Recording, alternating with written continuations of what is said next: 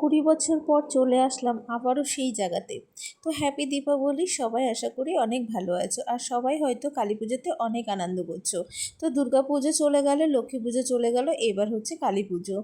তো আমি 20 বছর কেন বললাম, 20 বছর হয়ে গেছে যে আমি কালী ঠাকুরের মুখটাও ঠিকঠাক দেখতে পারিনি, আর কালী পুজোতে আনন্দ কখনোই করা হয়নি আমার। তোমরা যদি আমার পুরনো ভিডিওগুলো দেখে থাকো তাহলে বুঝতে পারবে যে আমি কেন কালী পুজোতে থাকতে পারি না।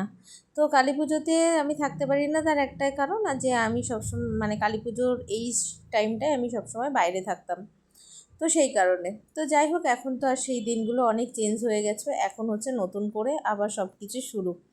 তো বর আর শাশুড়িকে নিয়ে চলে আসলাম এখানে ঠাকুর দেখতে। তো এটা হচ্ছে হেলেঞ্চা, তোমরা অনেকেই হয়তো হেলেঞ্চাকে চেনো, ঠিক আছে। তো হেলেঞ্চায় এসেছি ঠাকুর দেখতে, তো অনেক দিন পর। তো 20 বছর বললাম, সেটা মনে হচ্ছে একটু বেশি হয়ে গেছে। তো হ্যাঁ, ওরকমই হবে, হয়তো 20 বছর হয়ে গেছে। তো যাই হোক, এখানে এসে বেশ অনেকের সঙ্গেই দেখা হলো, বেশ ভালো লাগলো। আর পুরনো মানুষদের সঙ্গে দেখা হলে না খুব ভালো লাগে। তো সব কিছু শেয়ার করতে পারলাম না তোমাদের সঙ্গে, যেহেতু ভিডিও করতে পারছি না, বেশ কিছুদিন ধরে শরীরটা ভালো নেই, যার জন্য তোমাদের সঙ্গে কোনো কিছুই শেয়ার করতে পারছি না। তো ভাবলাম চলো আজকে একটা ভিডিও তোমাদের সঙ্গে শেয়ার করেই নিই, যেহেতু অনেক দিন পর এখানে আসলাম আর ভিডিওটাও ঠিকঠাক করতে পারছিলাম না। আর জানি না, হয়তো মা চেয়েছিল বলেই হয়তো আজকে মাকে দর্শন করতে আসতে পারলাম, যেহেতু শরীর একদমই ভালো না, শরীর একদমই সাথ দিচ্ছে না আমার।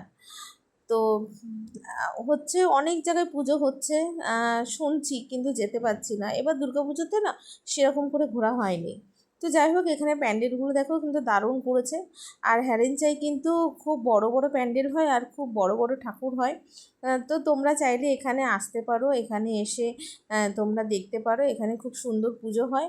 তো আমি মোটামুটি দুটো প্যান্ডেল ঘুরেছি আর সেই দুটো প্যান্ডেলের ভিডিও তোমাদের সঙ্গে শেয়ার করলাম।